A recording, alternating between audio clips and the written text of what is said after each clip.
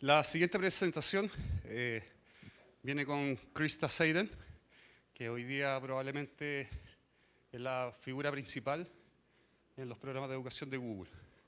Ella nos va a hablar de Driving Action with People, Process and Platforms. La os dejo con Krista porque ella es la estrella hoy. Gracias. Gracias.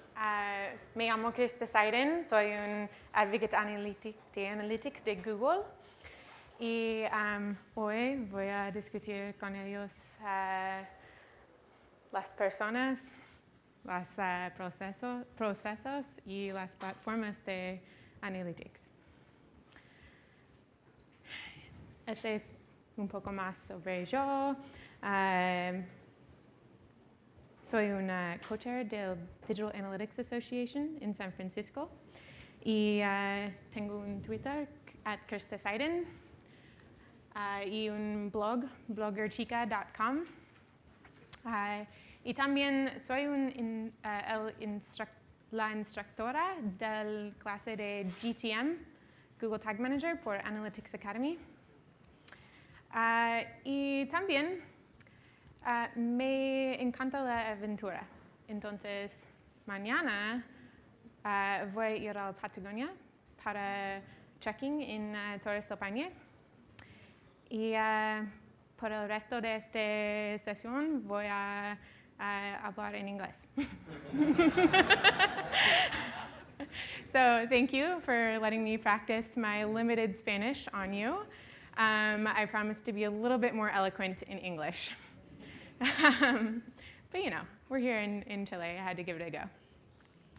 So I have a question for you guys. Is perception reality? Yes? No?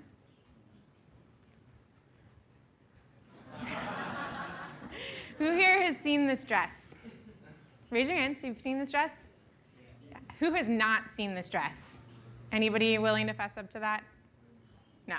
Okay. So you guys know this dress took over the internet. I think it was March, maybe, and there were massive fights online. Groups of friends were like, it's blue and gold, or blue and black. No, it's white and gold. So let's take a poll. Who here right now sees this as white and gold? Raise your hands. And blue and black. All right, I think blue and black wins it for today. I see white and gold right now. So BuzzFeed did a similar poll. They asked everybody what they saw. Most people saw white and gold. And then a lot of people started Googling, what is wrong with me? Am I colorblind? Why can't I see what other people are seeing? It really was a source of entertainment online for a couple of weeks. So why was it a source of entertainment? Why did people talk about this? Well, there's the social media buzz, right? The hashtag the dress was the top trending term on Twitter for quite a while. Then you have the whole FOMO thing. If everybody else is talking about it, you have to talk about it too, right? And then just intrigue. You know, every time I look at this dress, I see something different. Sometimes it's blue and black, and sometimes it's white and gold. There were even some pretty timely brand marketers who took advantage of this situation.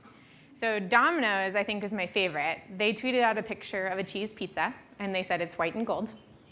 And then Lego tweeted out a picture of a couple of figurines, and they said, hey, we found a way around science. You can have both.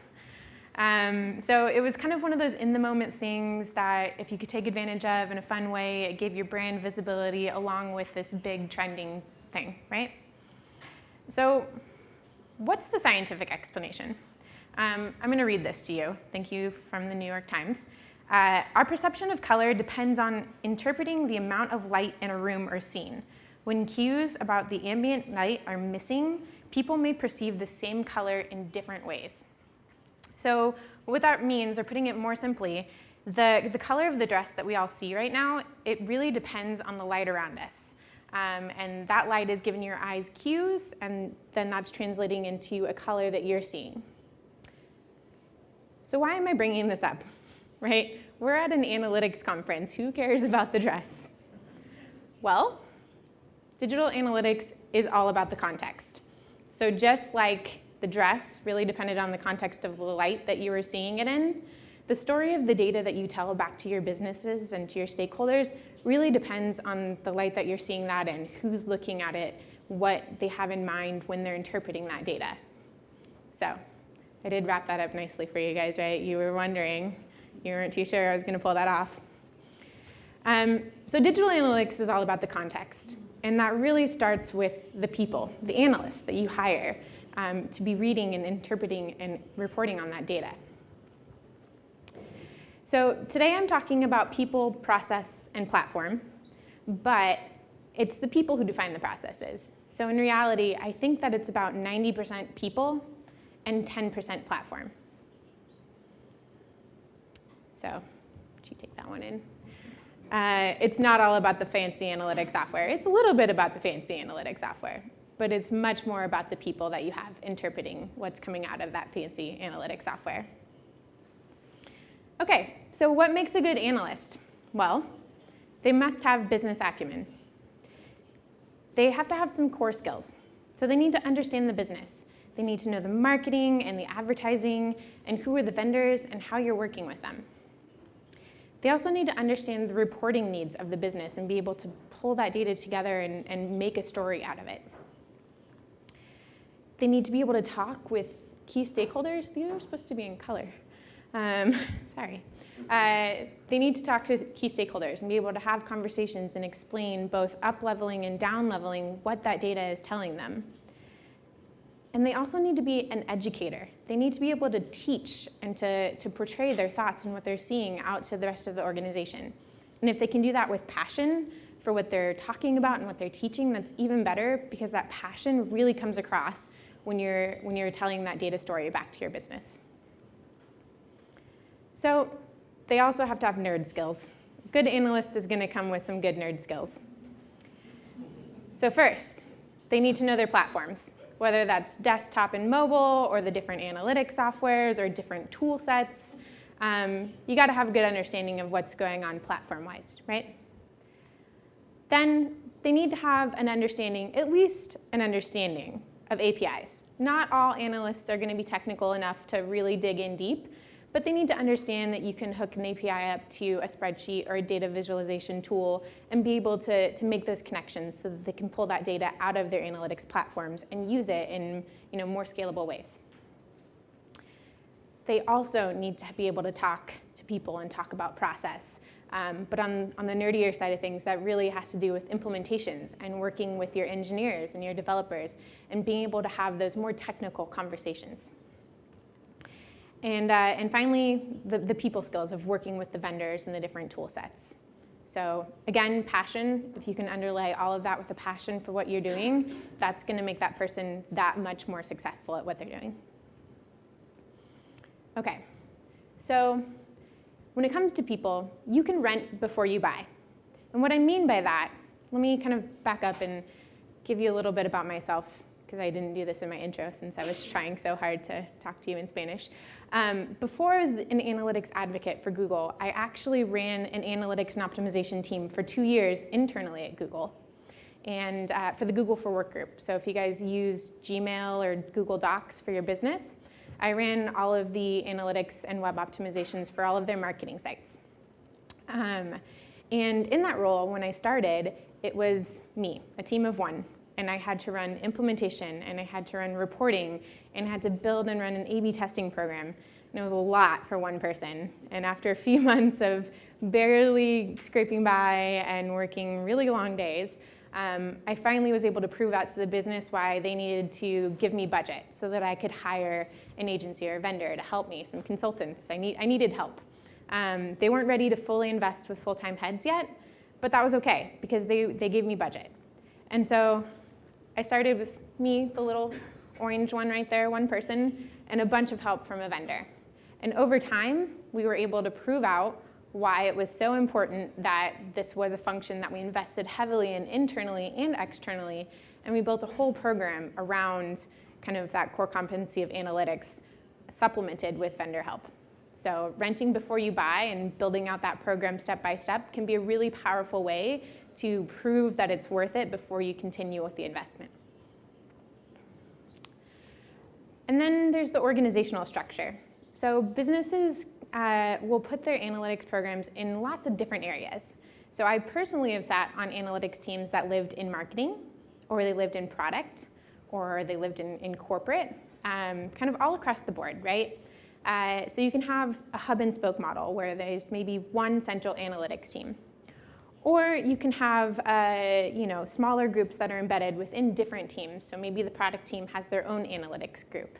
And I've seen HR teams have really cool analytics groups as well. Google has a people operations team that is all analytics all the time. Very, very cool.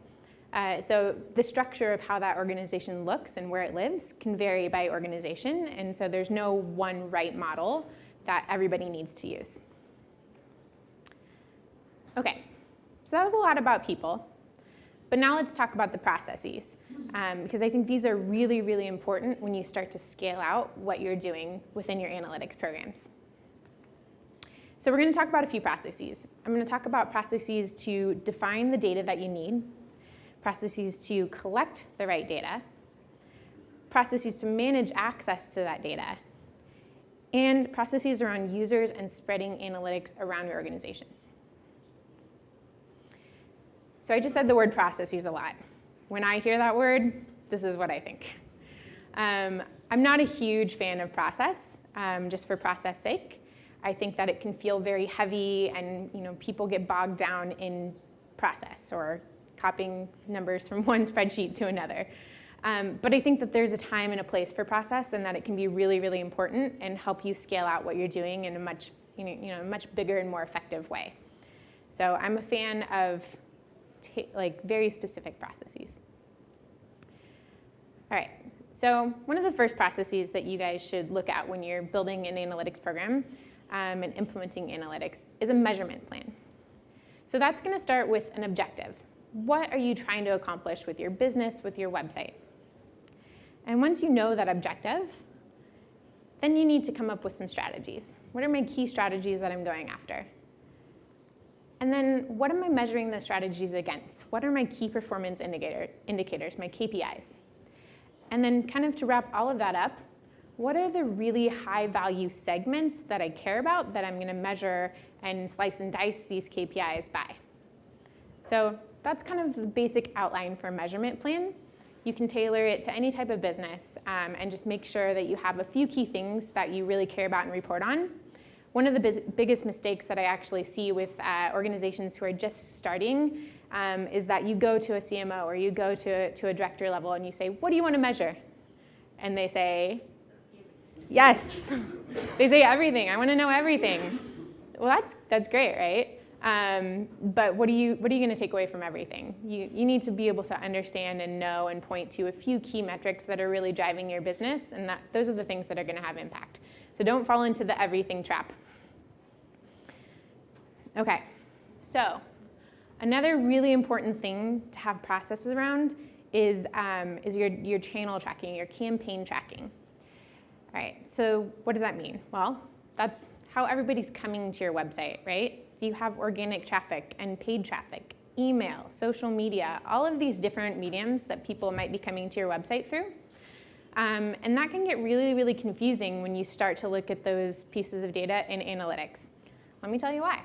So a personal example here. When I came into the Google for Work group, and I took over the reporting and the implementation and everything over there, one of the first questions that my director of marketing asked me was, great, we have somebody looking at the data. How many people came from paid search last year? That's a super easy question, right? I can go into Google Analytics, I can go to the source medium report, and I can just search by CPC. That's my paid search, right? So I thought. So I go into Google Analytics, and internally at Google, we have a different term for CPC. We call it house ads. And so people had gotten kind of creative with how they decided to tag our house ads. And so, one group of marketers decided to tag them as HA. That meant that was a house ad. Okay. Another group decided to tag it as house ads. Okay. and another group was tagging it as CPC. And there were probably 20 different examples of how this was being tagged differently in different parts of the organization. So when I went into Google Analytics and tried to pull that report by CPC, I didn't get everything. And then I spent a couple hours tracking down every variation of house ads, why people called it what they did, and trying to get into people's mindsets of why all these different things occurred, right? And it created a real problem in terms of scalability of being able to report on that. I had to create a segment and save a bunch of regex and have that in a place where I could easily grab it and put it into a filter box later on. And it was a nightmare. And not only was it a nightmare for me, but I couldn't then easily tell somebody else in my organization how they could go find the answer to that very simple question of how many people came from paid search.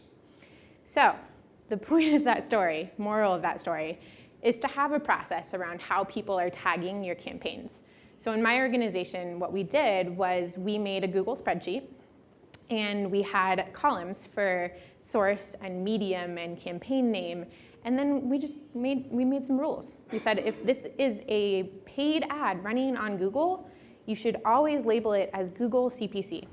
And if it's a paid ad running on DoubleClick, you should always label it as GDN CPC, and so on, right? And so we then gave that spreadsheet and that process to everybody in the organization who was doing any kind of referral traffic or sending people to our websites. And not only did we give it to people in our organization, but we also give it to all of the agencies that we worked with. Because not only did we have 15 different ways of doing things before, but every agency also had their own way of tagging things. So once we had that one spreadsheet that everybody used and referenced, we finally were able to get to a point where once cleaned up, I was able to say, okay, here is your paid search report. It is Google CPC. Very simple, right? Simple, but yet very, very important. So I would definitely recommend investing in some source of truth for your campaign tagging. All right, what about tag management and data governance around tag management? So this is a crazy number, right? 63, that's the average number of tags on a Fortune 500 website these days. And that's not necessarily through a tag management system. That could be hard-coded tags. And when I say tags, if you guys aren't familiar, that's maybe your Google Analytics tracking ID and your DoubleClick pixels and your survey pixels and all of these different things that you want to run on your website. They're all a tag. And so the average website has a lot of these things going on. So you need some kind of a structure and a management system for how you deal with tags. Tags as far as the eye can see. All right, so most tag management systems, and GTM in particular, have a tag publishing process, right? So first you go ahead and you create those tags. And then you push them to the test environment, and you preview, and you debug them, and you run that, and you make sure that that data is showing up and coming through the way that you would expect, well before you ever go ahead and push it live to your website in your production website. Simple, but very, very important process to make sure that anything that you're pushing live through your tag management system has been tested and you're not going to break your site. People don't like it when you break their sites, so take this one to heart. Also, really cool Chrome extension in case you guys are curious how many tags you have on your own websites, Ghostery. So you can use that Chrome extension to see how many tags you're running on your own website. And that maybe you have a need for tag management. So one of our premium clients is GoPro. And this is kind of a cool case study. And it's basically tracking their movement from hard-coded tags to a tag management system, to GTM. So they were in the process of designing a brand new website. And their marketers were telling their IT department that they wanted all the same things that they were tracking before on the new website. Seems reasonable. And IT goes back and they say, well, it's actually really hard. There's a lot of extra code on your page. It's very cluttered. You're tracking things like your Google Analytics tags and your DoubleClick tags and voice of customer, heat mapping. So many things were hard-coded on this web page. And IT pushed back, and they basically said, we're not going to put all that back on this new site. It's too heavy. It takes too long. It takes too much IT resource to change it every single time you need something changed. We're not doing it anymore. So what they did was they partnered with one of our GACPs, our Google Analytics Certified Partners, and they helped them move to Google Tag Manager. And so then what they realized was that all of that pain that they felt before could actually be answered. They were able to do all of that tag deployment through Google Tag Manager. So now when they wanted to change something, it didn't take 2 weeks of a production cycle for their developer team to do. They could change it in 5 minutes themselves in Google Tag Manager. And then here's a quote from their director of online marketing. I really like this one. It says, Google Tag Manager centralizes our tags into a single location that gives our marketing and analytics teams the flexibility to make tagging updates within minutes without burdening IT. And that last part there I think is probably the most important part for me, is without burdening IT. So just to drive home this point, let me give you a quick example. So back when I managed the Google for Work team, we had just moved over to Tag Manager, and I get this frantic email one day from one of our marketing managers, and he said, oh no, our goal funnels are broken. We can't report on success. And basically what had happened was their main business was driven by a trial sign-up flow. It was a 3-step process. Page 1, you entered your name. Page 2, you entered your domain details. Page 3, something else, right? But the pages were numbered, page 1 of 2, or 1 of 3, page 2 of 3, page 3 of 3. And we reported all of our goal funnels on page names, right? Pretty simple. So for some reason, still unknown to me, our developers decided to change the 3rd page name from 3 of 3 to 3 of 2. Don't know why, but it ended up breaking all of our goal funnels. And so all of a sudden, our marketing managers who weren't quite savvy enough to kind of look at the code and try to figure out what was going on, all they saw was a broken funnel, and they said, oh no, the business is collapsing. We're not selling anything. We're not signing anybody up. We're going to all get fired. So after a little bit of searching, I realized what had happened, that the page name had changed, and I said, okay, I can fix this, no problem. Went to my engineering team, and I said, hey guys, you changed this page name. I don't know why, but can you change it back? They said, sure, no problem. That'll be in our next launch, which goes out 2 weeks from Wednesday, and this was Monday. What? Excuse me. I cannot wait 2.5 weeks for you guys to change 2 numbers back, okay? I have to report on this all the way up to our VPs. They're not happy. To which they basically shrugged and said, oh, well, that's our next release cycle. Can't help ya. Thankfully, though, we had installed Google Tag Manager. So while we were waiting for that fix to go through, because it's important to still push the fix, in Google Tag Manager, we actually just created a quick rule where we said, if you see page 3 of 2, change it to 3 of 3 before you send that hit to Google Analytics. And that way we were able to put a temporary bandage on what we were doing, and instead of losing data for 2.5 weeks, we lost data for a few hours. So I love Google Tag Manager for that reason. And I'm talking more about Google Tag Manager, I think, in the next breakout session, so if you're interested, come to that. Okay, so what about a process around data requests?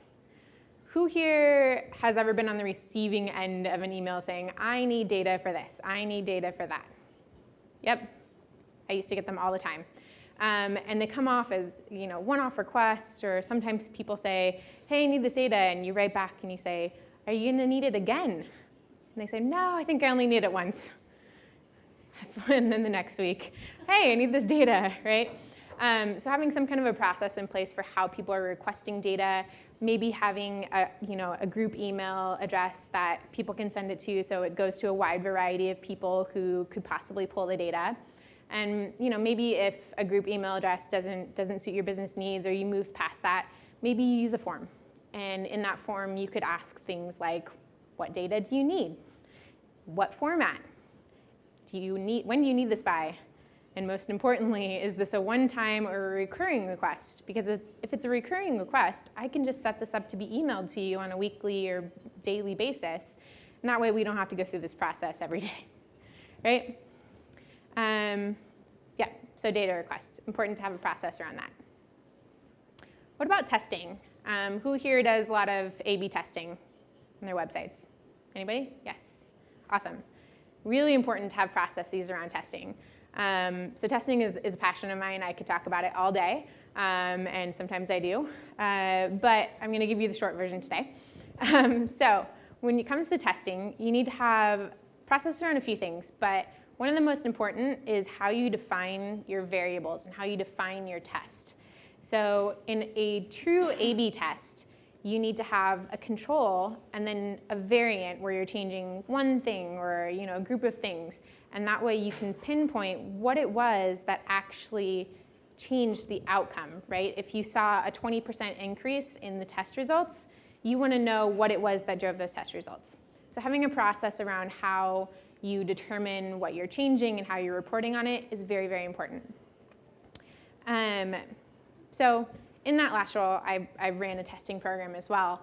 And one thing that we learned was that we needed a process around collecting test ideas, and that having test ideas come from every area of the organization was actually very, very valuable. So for example, marketing used to have this headline on the website that said, ooh, it's moving, you can't really see it. It says, "Discover a better way of working."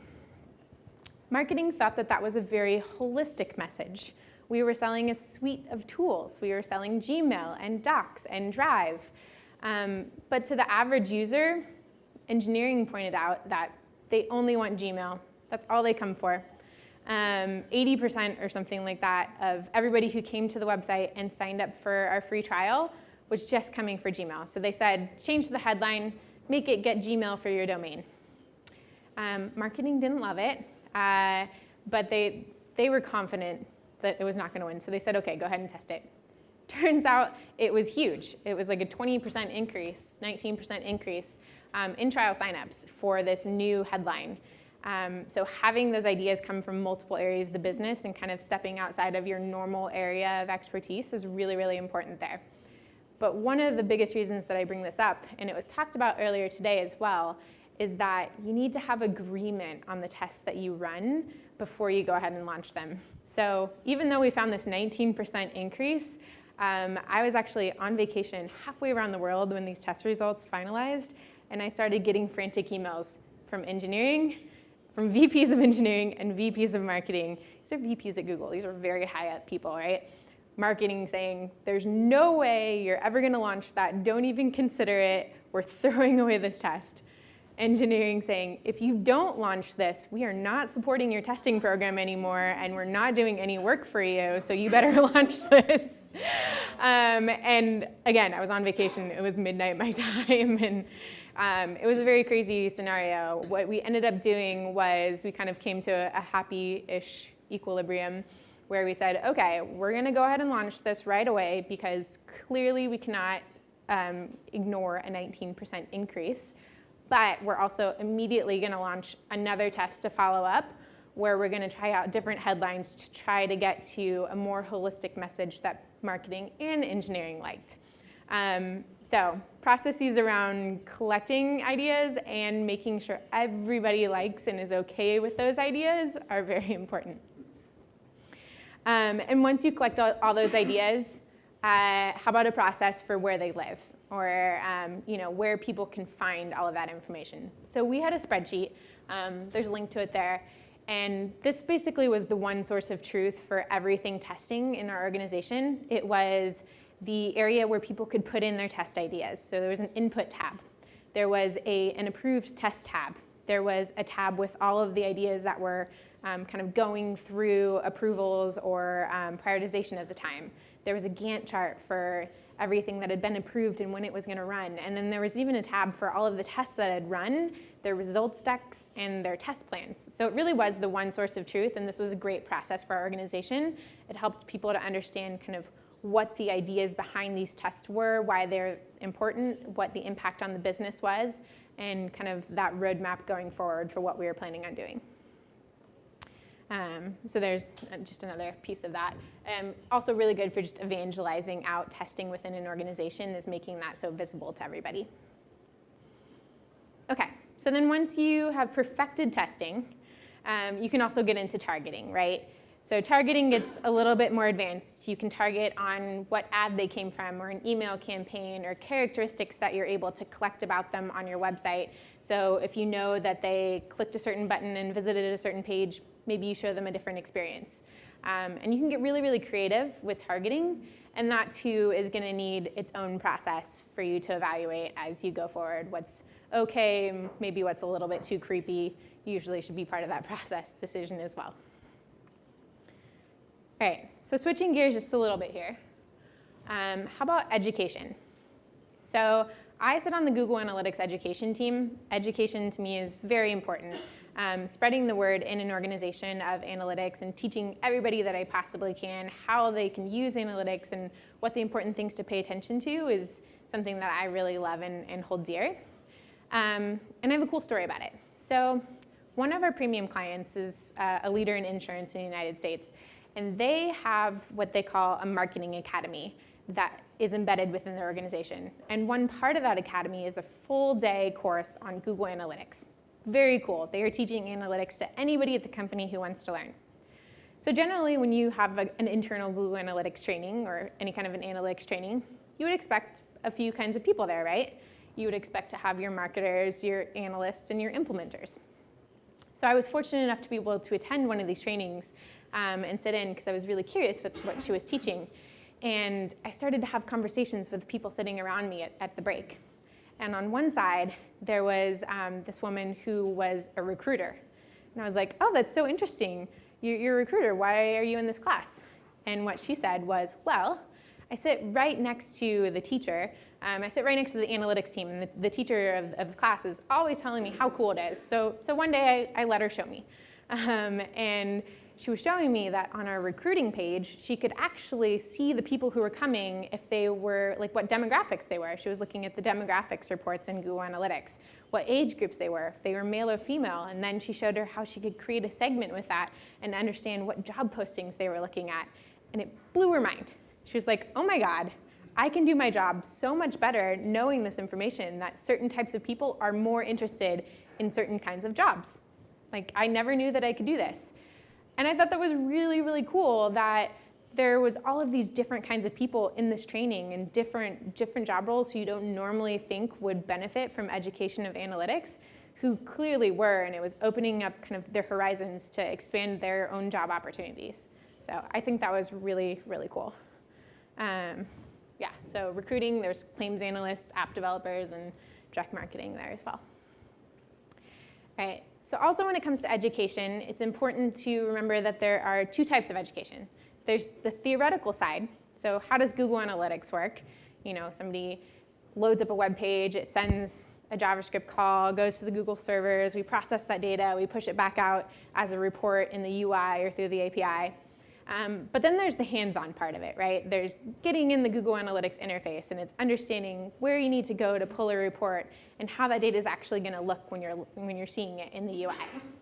So a couple of things to keep in mind when you're teaching people about analytics is it's important to understand both parts. All right, so we talked about a lot of processes. We talked about processes for measurement planning, for implementation planning, maintaining and updating your implementation and campaign tracking, data requests, and finally training. I think I'm going to close on just a little bit now about platform. So we're going to talk about platform for collection, processing, reporting, and actionability. So tell me about your analytics platform. All right. So we collect data from a lot of different sources, right? We have online, we have mobile, brick and mortar stores, we have phone calls, we have so many different areas, right? We're creating a lot of data these days, we're collecting a lot of data these days. And how you pull that all together is kind of your underlying data platform. And really pulling it all together to tell one cohesive story, that's the pipe dream that we're all working towards, right? And our data sources are rapidly growing. We have our own data, so our owned data of our websites and our apps and our CRM systems. And then there's third-party data, which is rented data. Maybe it's competitor data or various other lists that you can buy or rent. that increase your data set and kind of give you more visibility into what your own data is doing when you have that extra level of visibility. So we want to provide that user-centric view, right? But in reality, this is kind of what it looks like. You have somebody who comes from a mobile device, and then maybe they come from Chrome browser, and they come from Safari. They don't come from Internet Explorer, though. And maybe they come from a tablet. Sorry. But we really want to have that one cohesive view of people throughout all of their different touch points, right? And so connecting the dots it's kind of our job. We're looking at universal analytics and how that can help connect a lot of those touch points. So the growing trend of online and offline, how do you connect those? How do you use user ID to be able to tell that it's the same user coming from a mobile device as it was on a browser? Also analyzing visitors by what device type they're using at what point in their purchase funnel or the cycle of where they are in kind of your business atmosphere. It's really important to understand maybe that a mobile user is more in an information stage perhaps, and somebody on their desktop might be a little bit more serious about actually buying at that moment. And those insights are really going to help you tailor your marketing activities to them and your messaging to them on each of those different experiences. And then finally, you can also upload offline data or use data import to enrich those data sets and bring in more information to help you connect the dots. So one more personal example. I think this is my last one. Before I worked at Google, I worked at a company called the Apollo Group. And that was the parent company of the University of Phoenix, which, if you're not familiar, is an online education company in the United States. And I basically was responsible for all of the analytics about an internal social media network and a mobile app. And it was a student app, right? So these were people who would come and they would sign in to their online classrooms and they would do work online. And we also had this mobile app. So very common question that we would get from our stakeholders was, is time spent on the mobile app doing activities and participating in class discussions there, is that cannibalizing or taking away from time that people spend in the online classroom on their desktop? And if it is or if it isn't, what's the impact to the overall student progression? Are they graduating at a higher rate? Do they have a better GPA? Are they doing well in school if they're using both, or is it actually making that experience worse? Very fair question when you're investing a lot of money in creating a mobile app, right? So I said, all right, this was before Google Analytics Premium. This is before Universal Analytics. There was no user ID. None of that existed. But I had to figure out a way to tie people using the mobile device to the web. So I sent a hashed visitor ID in a custom dimension to every hit that was coming in on the mobile app and on the desktop. And then I took those individually offline, unhashed them, tied them together, tied in that with a student ID that was showing their student attributes such as GPA and course progression, did an analysis, and was eventually able to prove that in fact people using the mobile app were doing better, had higher GPAs, and were more engaged in school. But that was a very long process, very long. Like it would take about 2 weeks start to finish every time we wanted to pull this report, and they wanted it quarterly, they wanted it monthly, but I pushed back on that one. So the point of that story is all of that actually would have been so much simpler, could have been literally a few clicks to pull that information with Universal Analytics and having the capabilities that are built in now to do this process of tying those together. And then kind of a quote to sum this up. I really like this quote from Forrester. It says, "Consolidate your measurement. The biggest improvement you can make to your digital marketing effectiveness is to commit to creating a universal view of the truth." That universal view of kind of what's going on is so important to your business and to understanding how you can really impact the users that are coming to you. All right, and finally, you can't talk about platform without at least mentioning APIs. So APIs are great for data extract and helping you tie multiple data sources together, such as your reporting tools, your analysis tools, your marketing tools, and your personalization tools. Okay, so today we talked about people, process, and platform. And remember, it's all about the context. Thank you.